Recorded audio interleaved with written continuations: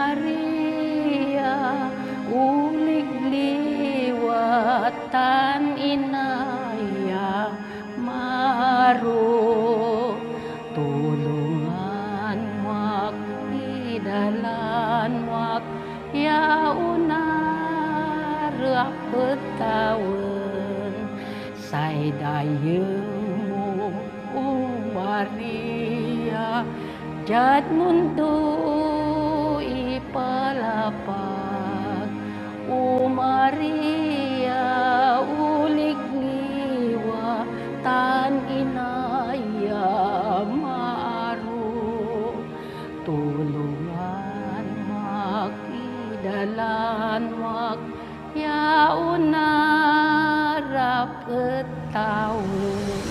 No other woman has influenced the world more than her.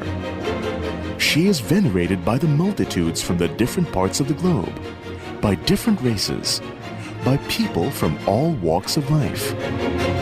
She is none other than the Mother of God, the Holy Virgin Mary.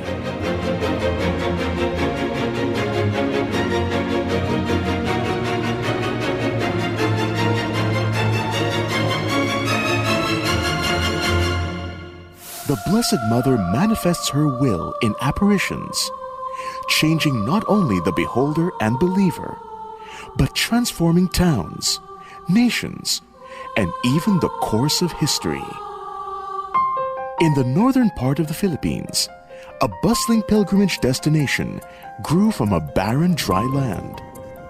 Manaoag, as the site is now known, was once a quaint little village. It is a town that literally sprung from the religious faith of its people and the devotees that came from across the country and the globe. As an undying legend is told every time the name of the town is spoken, Manaoag. And this is the beginning.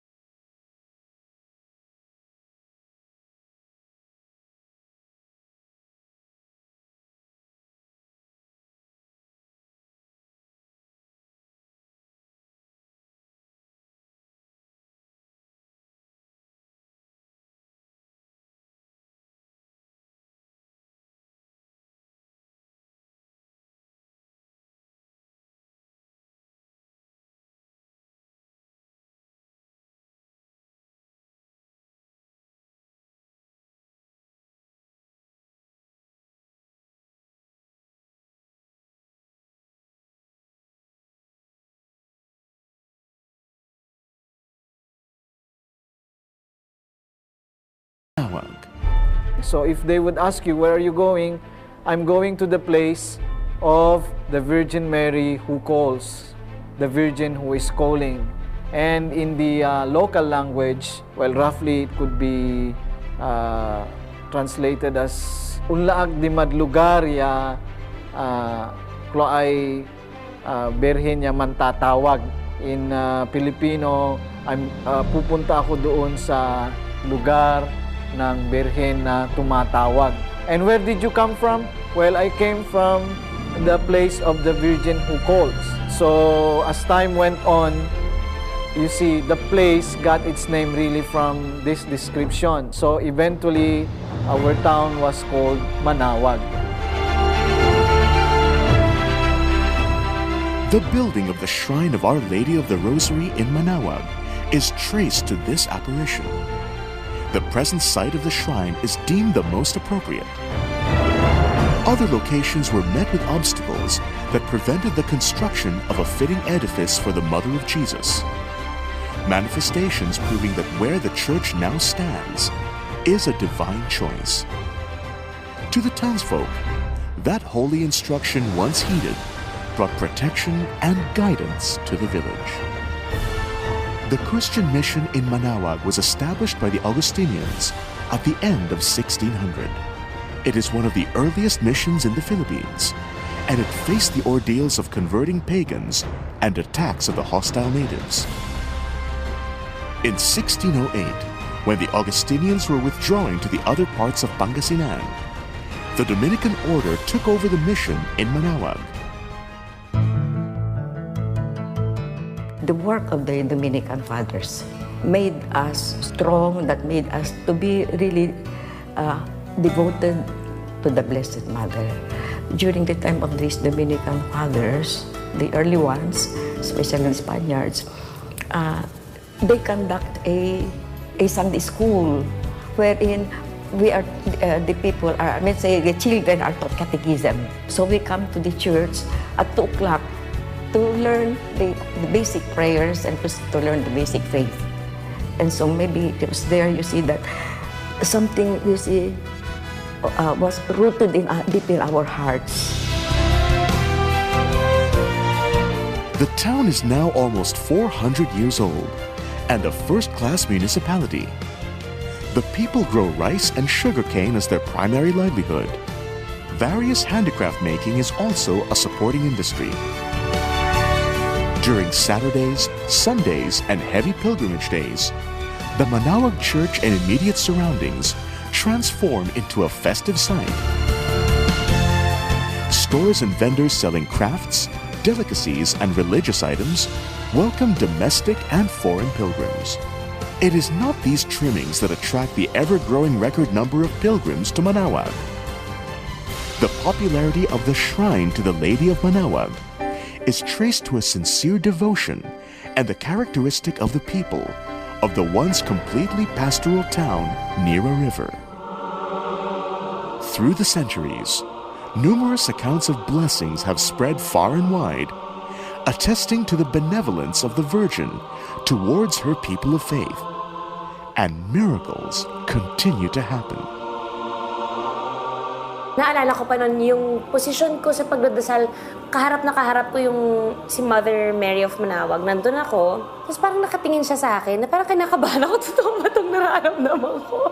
Grabe, parang nagkakatotoo yata yung sinasabi niya na one way or another, you will feel something na kung talagang taimtim kang nagdadasal at taimtim mo sinasabi sa kanya yung problema mo, wala naman po ako hinihingiin. Nakikipag-usap lang ako. Pag inisip ko, ano ba yung pilgrimage? Ano ba hinahanap ng mga tao? Maaring pag tinignan mo, iba-ibang reason ng pagpunta ng mga tao. May nangangailangan, may humingi ng blessing, may siguro kapayapaan ng kalooban, forgiveness. They might be expressed in different ways. But you can also express it in one way. They want to have an experience of God. It is a religious experience that people are looking for. And we would like to experience God according to our state of life, yung condition natin. So sa oras ng pangangailangan, you want to experience God in that context. Sa oras ng biyaya, andun pa rin yung Diyos. Say dayo mo, O Maria, jad mundo ipalapag. O Maria, uligliwa, tan inaya maaro. Tuluan makidalan mak, yaon narap etawon. You know, coming to Manaoag, every time I come there and put myself in front of the Blessed Mother, you feel like you're home. See, Ina is embracing you without conditions. Parang, you're here, I'm happy you're here. No questions asked about, oh, ano nangyari sa'yo, or scolding, nothing of that sort. It's always a feeling of unconditional love of a mother who is just happy to see a child.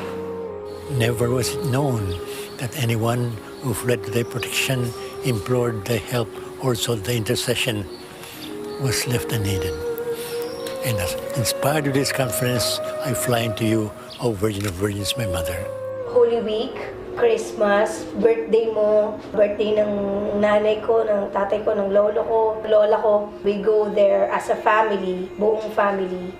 At pag may bagong anything, bagong kotse, bagong parang malaking parte ng buhay, ibibigay mo muna sa kanya bago ang lahat.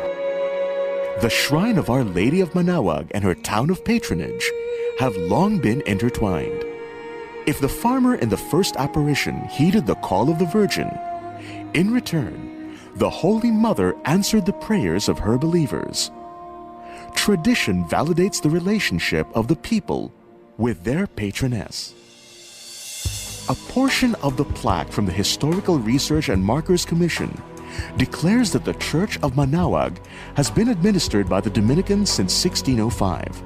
The first church, made of wood, lasted a century. The second construction of stone, donated by Gaspar de Gamboa and Agatha Yanta, was destroyed in the earthquake of 1892. A temporary church, again built of wood, was burned down during the insurrection of 1898. The image of Our Lady was spirited away and preserved during the Revolution. It was taken back to the Manaoag Sanctuary, where it was solemnly crowned on April 21, 1926, in the presence of thousands of devotees. Murals on the walls of the church depict unforgettable events in the history of the town. One shows the bringing back to life of a dead boy brought before the feet of Our Lady.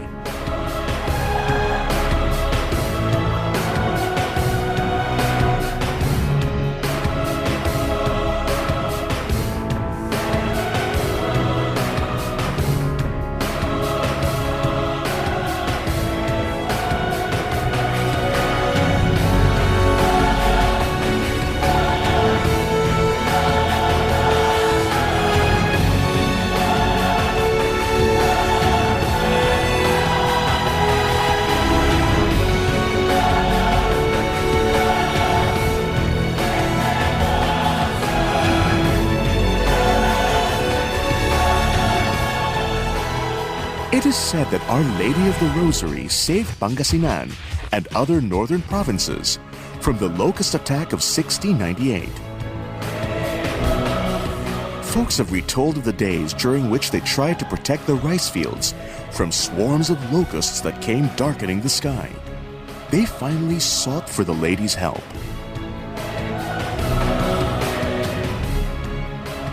After a procession, when they laid her image down in the midst of the devastation, the locusts began to destroy each other, and the land and sky were cleared of the pests.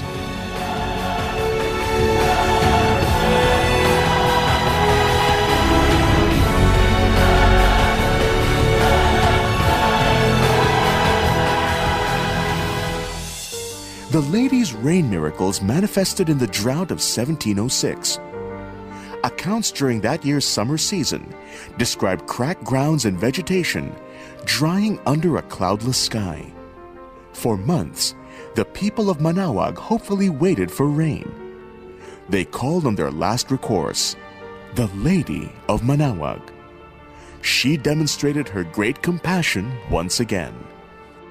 There was no rain. All the fields were dry. People come to the Blessed Mother, and then the Blessed Mother will be taken around the town for procession to ask her intercession so that the fields will be filled with water again, with the rainwater again. And so, you see, our folks said, you see, that before the procession enters back to the church, ayan, umuulan na raw. Other miraculous events were ascribed to the Holy Mother during World War II. Survivors recount their experiences. When the American bombers came, the Japanese sought cover inside our church. Yung mga Hapon, dala-dala nilang mga horses, kabayo nila, hindi nila maipapasok sa simbahan kasi ayaw talagang hindi papayag siguro ang mother na mapapasok ang mga sa simbahan, magkakasakit o kaya talagang hindi makakapasok. The American bombers attacked the church. 3 bombs did not explode. Hindi pumutok. Kaya yun ang milagro. The new church where the Lady of Manaoag stands today is an evolution of more than 2 centuries of construction and reconstruction. The religious Christian art in the Philippines is very distinct, I think, to the Philippine setting. So imagine, even with their very difficult environment at the time, the Philippines, they were able to put up all these magnificent churches. You see there the most beautiful, even though they had to adapt to the environment to secure these churches, they were able to put some aesthetic elements so that it will always be a reminder of the people that these are the best expressions that we can have, from their stones to their wood to their paintings. It's all there, no? And the materials had always been around their environs. It's incredible how they built the church in terms of the manpower involved. The walls for the transept were planned to be 3 meters thick. At that time, wala pa tayong mga kabilya, no? You needed foundations at least 10 meters deep to support those walls. So all that earth was thrown at the back of the church. It's now smooth to walk on, but you can imagine it was rugged before. So all that space was filled up by the excavation at earth.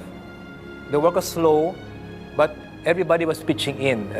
The priest says that you would even see young ladies from the elite going up the hill with the little baskets of sand and stone. As far as the church bells are concerned, the belfry actually contains a very big bell, and then several other smaller bells. And these are rang in combination, or sometimes the big bell is rang only solo.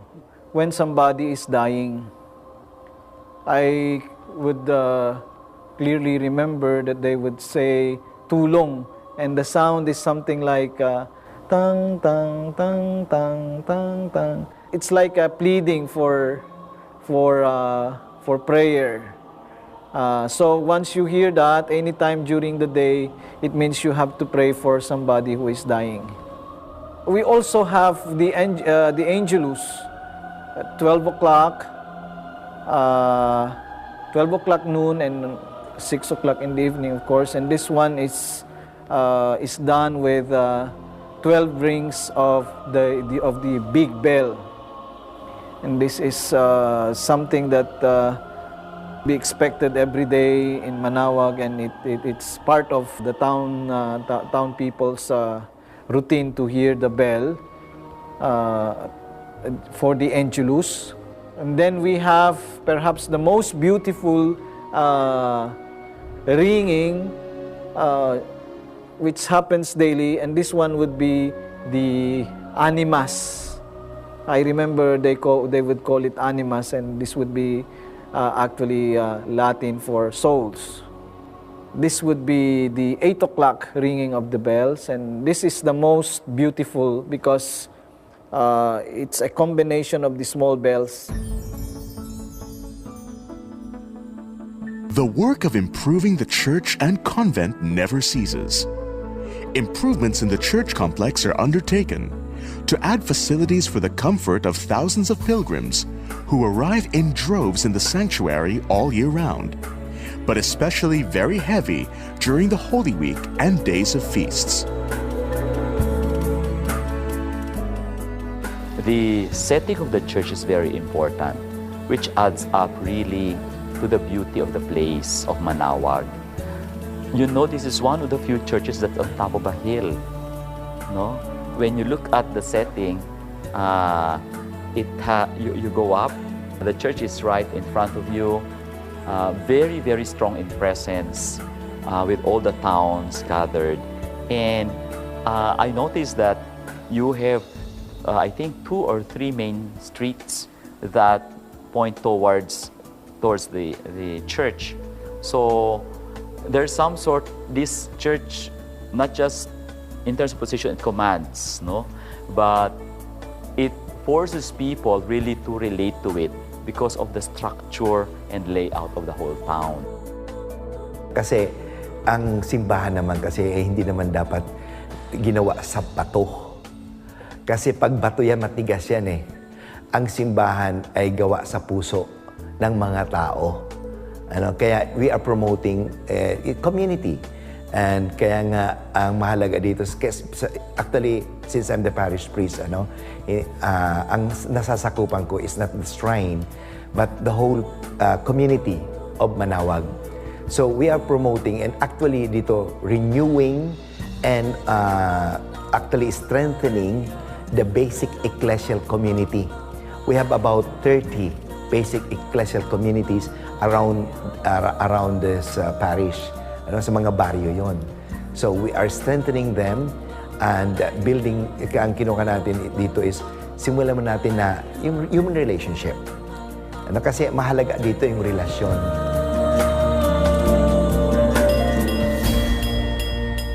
The Manaoag Convent is not only the residence of the Dominican community, it also serves as the formation house of the novices of the Dominican province of the Philippines.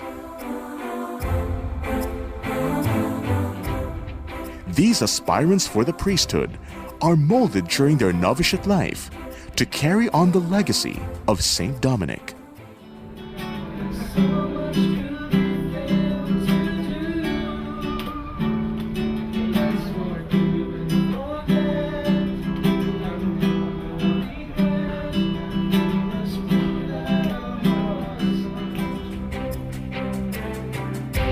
A unique and timely pastoral service of the Manaoag Parish is the radio information service of Radio Dominico, 102.3 FM. This station of Manaoag Dominicans inspires listeners to live the Word of God, exemplified by the Blessed Virgin Mary. The relics and mementos in the Church Museum are proofs of the answered prayers to the Virgin of Manaoag. Documents of the first-hand accounts of the miracles abound and are never-ending. The museum basically is a collection of the many attires, no, of the Virgin. There's a lot that we can do about the museum in Manaoag, no? Not just to tell the narrative of the miracles of the arrival of the Dominicans in that area. But more so, I think the highlight would be why this particular attire at a particular occasion, why this particular color of this particular attire, why this type of symbolisms on the attire of the Virgin, because that in itself is a very, very long story, and that will be a big interest to the people. I never really thought na mananamnam ko yung pagdadasal ko. Na ang pagdadasal pala, pakikipag-usap, pakikipag-communicate, hindi lang pagsasabi nitong mga words na nababasa mo sa booklet, kundi dapat yung nasa loob mo, yung nasa puso mo, dapat galing talaga siya sa sarili mo, hindi yung inuutos ng ibang tao. Ay dayo mo, O Maria, Diyad mundo ipalapag, O Maria, uligliwa, tan inaya maaro, tulungan mak, idalan mak, yauna rapet taon. Sometime in 1989, I was talking to some friends. I was assigned in Urdaneta, Pangasinan, and then Divine Word College. I'd like to do a little walk, a walk of Thanksgiving, a walk of sacrifice from Urdaneta to Manaoag. That's about 13 kilometers. And so some friends said, yeah, we'll join you. So about the first walk with God, we call it Walk with God to Manaoag. The first one happened in October of 1989. 100 people walking, and then ending with the Mass Misa de Gracia, we call it that. It's a 3.5-hour walk. Okay, so every first Saturday of May and every first Saturday of October. Now, as the years went by, people kept joining and joining and joining. And the last time I had a walk with God, there are about 7,000 people now walking with me from all over the Philippines now. Not only from Ordineta, but it has become some kind of an event when people, they have no agenda except to say thank you to Mama Mary or to ask something from Mama Mary. It's a petition walk and also a Thanksgiving walk, ending always with the Mass at the shrine. Bumababa si Mama Mary dyan sa trono niya, nagdi-disguise daw. Alam na nila kung bumababa. Nalalaman nila kasi pagdating maraming damo yung kumakapit sa damit niya. Nagpunta sa palengke, parang namamalimos. Yung sabi niya raw doon sa nagtitinda, Alika, sundan mo ako para makita mo kung saan ako. Yung naman nagbigay daw sinundan. Nakita nila dito para pumasok dito sa loob ng simbahan. Yun ang kwento ng mga matatanda na narinig ko, yung biyanang ko. The different faces of Mary is what serves as what would make the other person be healed, or that will give more faith for this person. Mary doesn't have just one figura ng mukha. He just doesn't have one face. She's the Miss Universe, she's the Miss World, she's the Miss International, she's the Nanay, she's the Aling Maria. She's everything. Because Mary is there for everyone who needs her. Whatever form of need that we want from her, she would represent her. She would give herself to us the way we would want her to become in our life. You cannot compare. Hindi mo ma-compare yung mukha niya sa kahit ng magandang babae. Ayan. Kahit sinong babae, hindi mo ma-compare ang itsura ni Mama Mary. Kasi, yun ang reflection, ang mga makikita mo sa kanya, iba ang makikita mo na wala dito sa mundo. One ceremony which also commemorates the countless grace the town receives from the Virgin is the dawn procession on every first Saturday of the month. Here, churchgoers follow an image of Our Lady of Manaoag in the streets in a symbolic walk with only candles to light their way before the sun rises. After the procession during October and during the fiesta this April, there is a procession of the Blessed Virgin Mama Mary. And so plenty of people from all walks of life, and they wait for the Mama Mary to be enthroned again. After the procession, may consecration ng Mama Mary. After that, the Mama Mary will be brought to the altar. Makikita mo kasi yung slowly na tumataas. Naku po, ayun ang pinakamaganda sa lahat. Pag makikita mo ang Mama Mary na nasaan andoon na, naku, maraming umiiyak talaga. The devotion to the Holy Mother is so strong that pilgrims come to visit her and request that masses be said for them. Candle offerings burn with the fervor of deep prayers in the galleries. Actually, ang routine ko doon, bibili ako ng madaming candles. 3 candles, each for, parang 3 candles for my family. Kasi parang I love you yun. Ibig sabihin nun. 3 candles for the country, 3 candles for my friends, and 3 candles for my co-workers and my project. According to those who venerate the Virgin, her image in the pedestal has an amiable, radiant expression. Her face inspires love, adoration, and awe. She exudes beauty beyond description.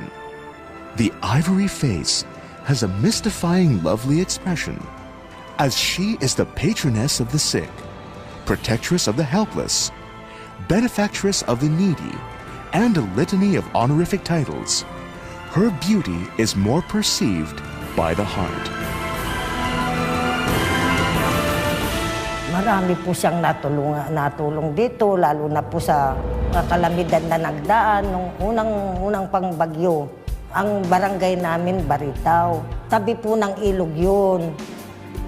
Nung bumagyo po yung unang dading, lumaki po yung ilog. Tinulungan pa sila ni Mama Mary. Hawa ng Diyos po yung Baritaw na yun, wala pong namatay. But the profound beauty of Our Lady of the Rosary is that she always reminds her devotees that she should be loved as a mediatrix, an intercessor between Christ and humanity. For some, looking closely at Our Lady of Manaoag, they seem to see that her hands extending the baby Jesus forward urges the priority for Christ. The handkerchief is a very small thing, but very useful, you know?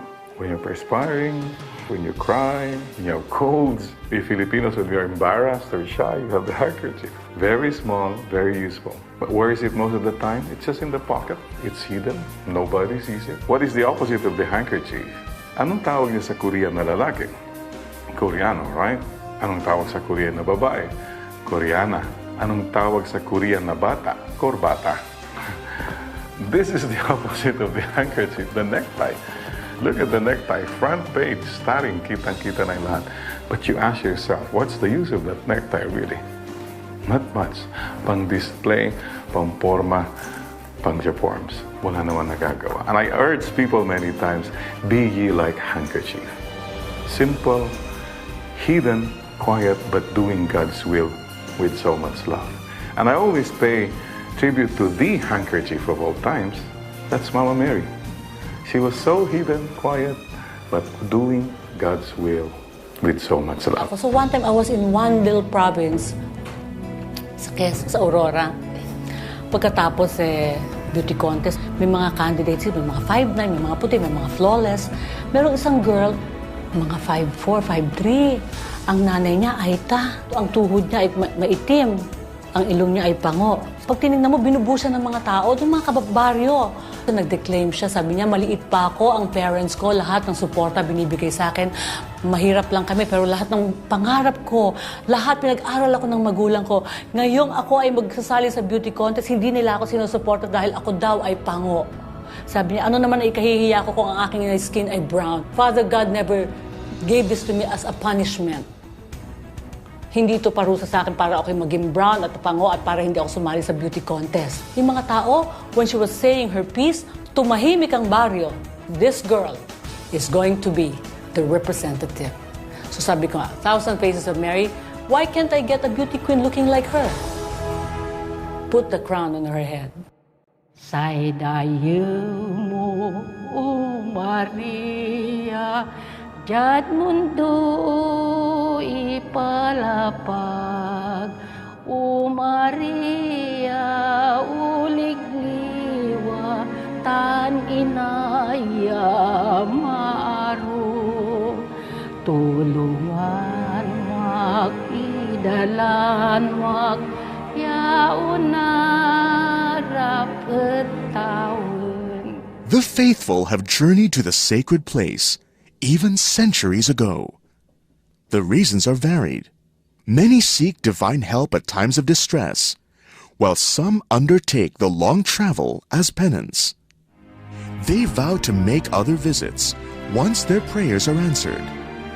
To visit the shrine of the Holy Mother of the Rosary is a life-defining experience for many.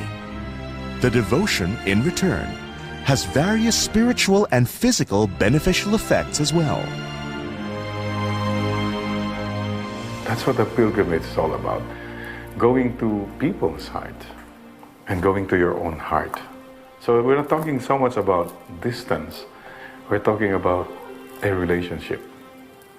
And that's how we should look at our pilgrimages. And the journey comes to end someday, just when it's not for us to see. What matters is not the miles behind, but the smiles, the care, and the time. Go slow, you're always on the go. Where to you often do not know. The journey is not about going far and fast. The journey is going to the heart. For many people, for many Christians, number one, they like to see something tangible in their faith, something that you can touch, so that our faith can reach someplace. Now, images of the saints, or images of Christ, or images of the Blessed Virgin Mary are giving us that beautiful occasion of having near our hands what we believe and we take in our minds. And that is why these beautiful dreams take people from time to time to some place to see the image of the Blessed Virgin Mary. Yung image ni Mama Mary, parang simbolo po siya ng bukod po sa kagandahan, kalinisan po ng puso, tapos yung sakripisyo na ginawa niya para dun sa anak niya. Yung parang ganun po. Yung parang lahat gagawin niya para maging maayos lang yung lahat. Kaya po pag pumunta ka ron, yun po yung sinasabi namin na mahirap ipaliwanag. Hindi po siya kaya ipaliwanag eh. Basta nararamdaman lang po siya sa puso. Pero pipilitin mo rin lagi na taon-taon bumalik once nasubukan mo. Opo, parang gusto mo siya parating pumunta. Pagka once na nakapunta ka, parang gusto mo every year yung ganong time nandoon ka. Parang ganon po. Para naman kasi sa akin, sinasama ko yung mga bata doon. Siyempre, ang bata hindi naman agad yan kilala kung ano yung ginagawa nila eh. Hindi nila alam kung ano yung ginagawa nila. Ang gusto ko, makasanayan nila para paglaki nila, doon nila mararamdaman kung gaano ka-importante. We used to come here when I was a little girl, but then again, I've been away for almost 20 years now, and it's just overwhelming and it's a wonderful experience to come back and visit the lady again after that many years of absence. As my mom said, I felt very overwhelmed because, but I don't really know the background story of this place. But the shrine makes me want to do some more research on the background. As a Balikbayan, okay, we really feel honored and blessed that we're here. We're visiting Our Lady of Manaoag, and we're going to go back to the States feeling more fulfilled, more blessed, of course. And we hope that, especially in the coming new year, right? We hope that we'll be more progressive, we'll be more successful in our lives, and of course, we'll feel more closer to the Lord. Because of this visit to Our Lady. Ito yung eldest brother ko. Kumusta? Pamangkin ko. Then ito yung dad ko. Sakit. Ito naman yung sister ko. Hello. Daddy, Then another sister ko. Mother ko. Hello, Mahala Birhen. Brother-in-law ko. Pamangkin ko. At isang pamangkin ko pala. Pinsan ko. Another brother-in-law. I'm from Olongapo City, and parati ako nagpupunta rito sa Manaoag every year. Hindi ako nangangako, but I make it a point to go here once a year or twice a year. Deboto ako ng Manaoag, pero hindi ako yung talagang consistent na nangangako na every year. Kasi mahirap mangako, but I really do believe that ang daming nitulong niya sa akin. Wherever I am, dinadala ko yon. Tapos dinadala ko rin, meron din ako sa sakyan. Kaya wherever I go, parating na sa akin yung Manaoag. Nung nagkasakit yung anak ko na ni-offer ko na kay Mama Mary dahil alam ko na sabi nila mamamatay. Tinanggap ko na sabi ko sa kanila, kay Mama Mary, buong puso ko nang ibibigay dahil nakasalalay sa inyo ang buhay niya. Pero kung ito naman ang hingiin ko po, Mama Mary, sa inyo, nadugtungan niyo ang buhay niya. Kaya hanggang ngayon po ay magiging 45 na is buhay pa rin. Yun po ang primerong parang granted na hiling ko, yung nabuhay yung anak ko. More than 20 years, if I may say, could be 20 to 30 years, I've been into that kind of devotion that I never feel tired of saying that I've been there for many years, for almost every month. Every first Sunday of the month, I try to make it a point that I really visit her. The joy of really going to the Blessed Mother, going to the Lady of Manaoag is such that you cannot express it. Say dayo mo, O Maria, jad mundo ipalapag. O Maria, uligliwa, tan inaya maaro. Tulungan makidalan yaon narap tawen. Unless and until your love for the Blessed Mother is really that simple, almost a hopeless situation, you just, Mama, hahawak lang po ako sa inyo, then you're missing a lot. We approach the Blessed Mother not so much in terms of doctrines or intellect, but with the heart. I mean, you're there. Mama Mary is there, and she just welcomes you. And when you leave, she knows she's telling you again, anak, take care, don't forget your mission, be good. When we're coming back from the church, Lady Manaoag, we have a good bonding, we talk a lot, we joke a lot, and the family is closer together. Parang offer ko, parang papasalamat ako to Our Lady of Manaoag. Yun na naisip namin bigla na ano kaya kung gagawin tayo ng medical mission. That's a very nice, because sometimes you want to spend money, hindi mo alam kung saan na pupunta eh. But in this kind of medical dental mission, nakikita mo mga tao talaga napapasalamat sila. Itong sasakyan na to, pang-anim na to, yung previous kong mga sasakyan, like kong sinasabi na pag ipapabless ko sa Manaoag, but unfortunately lahat nawala yun kasi hindi ko tinupad. Basta ang alam ko kasi, once na sa pagbabiyahe daw ang Bayat Manaoag, Our Lady of Bon Voyage daw eh.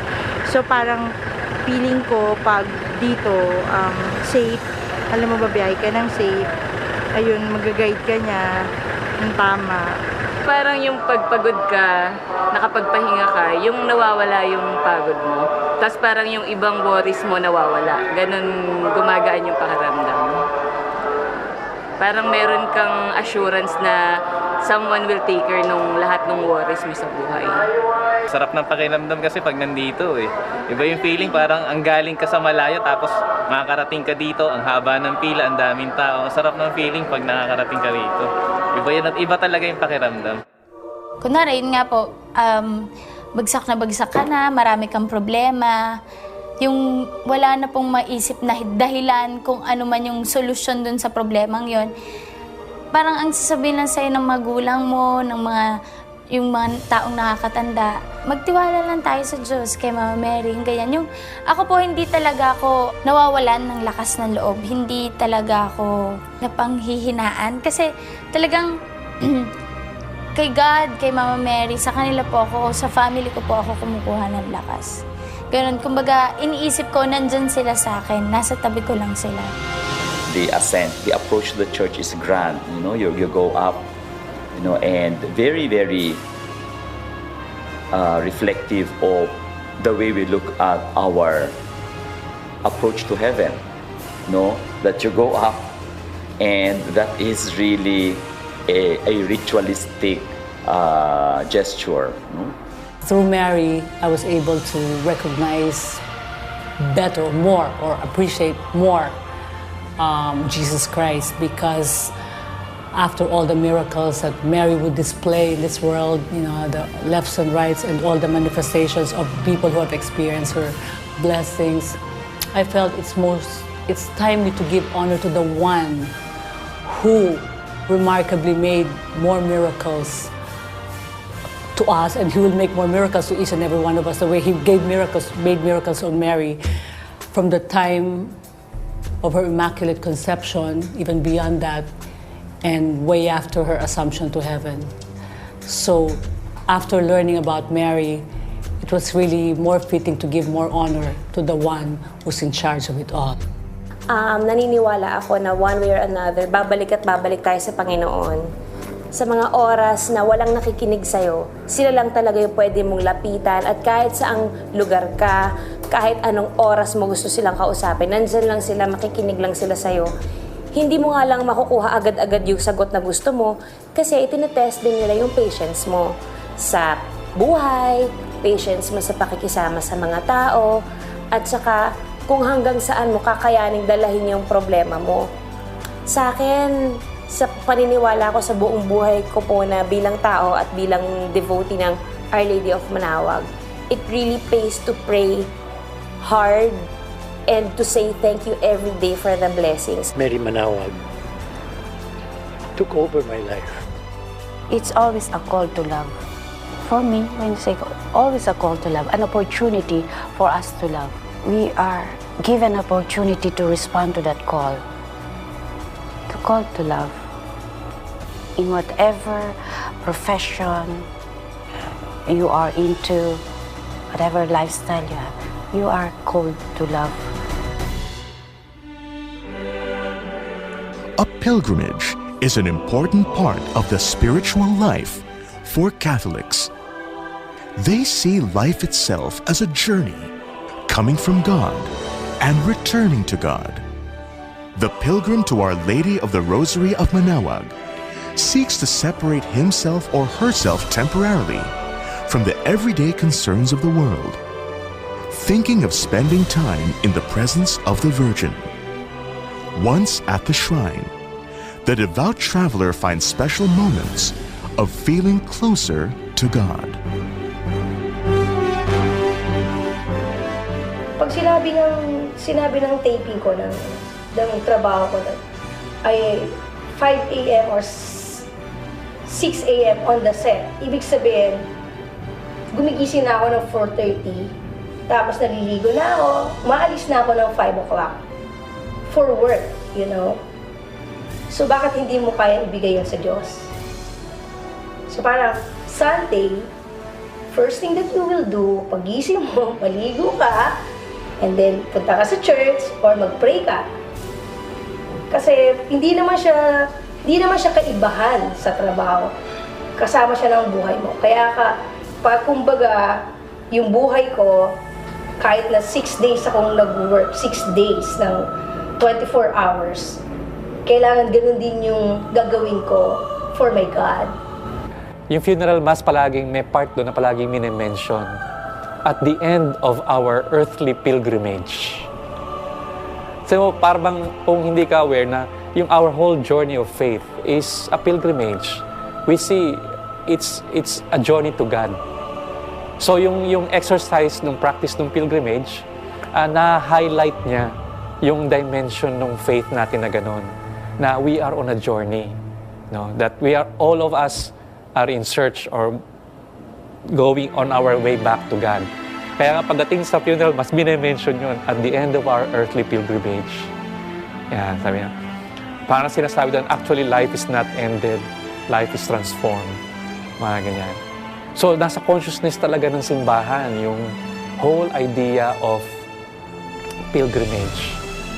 Yes, we are on our way to God. We are on a journey.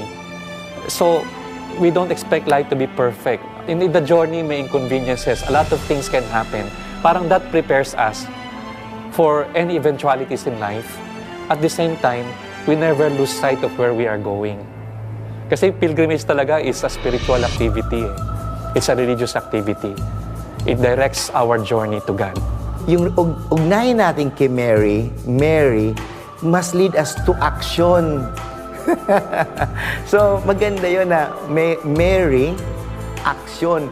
Pag halimbawa, devotion natin kay Mary, dasal na tayo ng dasal ng Hail Mary, dasal-dasal na tayo ng Rosario, pahid-pahid na tayo. Wala naman tayong action para sa mga kapatid natin mahihirap. So, wala naman tayong mga ibang personal lang. Selfish yun, di ba? So, dapat may reaction, may relasyon. So, may relasyon, may aksyon. Let's not stop being devotional. Devotional ka nga ng devotional. Emotional ka ng emotional. But your real life, you don't change. You don't become a better person. So what's that? Mama Mary leads us to herself so that we become better persons, better citizens of this country, better citizens of this world, and of course, better Christians.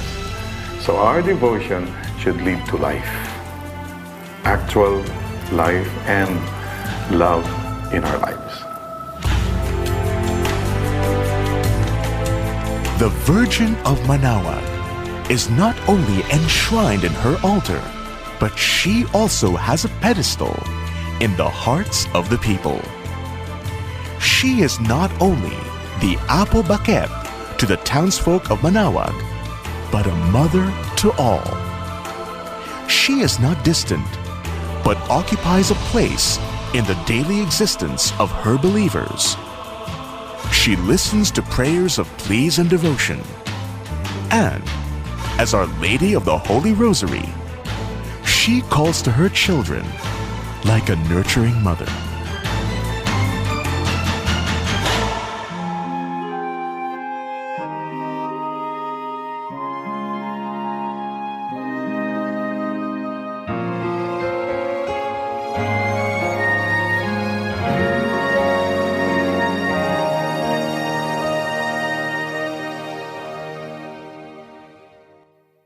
Sa iyong kandungan aking natikman ang unang pagmamahal.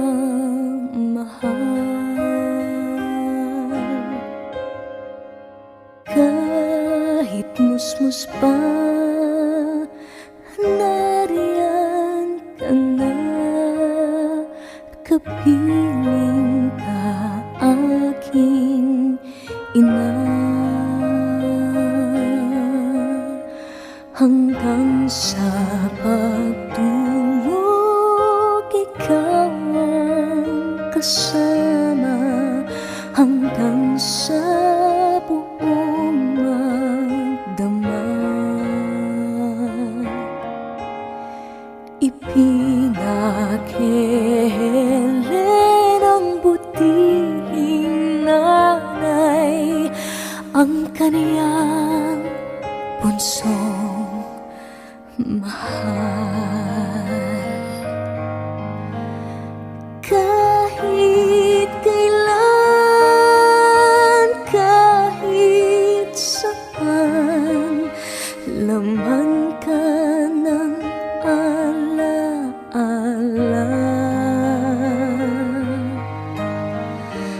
Tanging bituin sa aking langit, tanging puso sa dibdib, inang sinisinta, Santa Maria.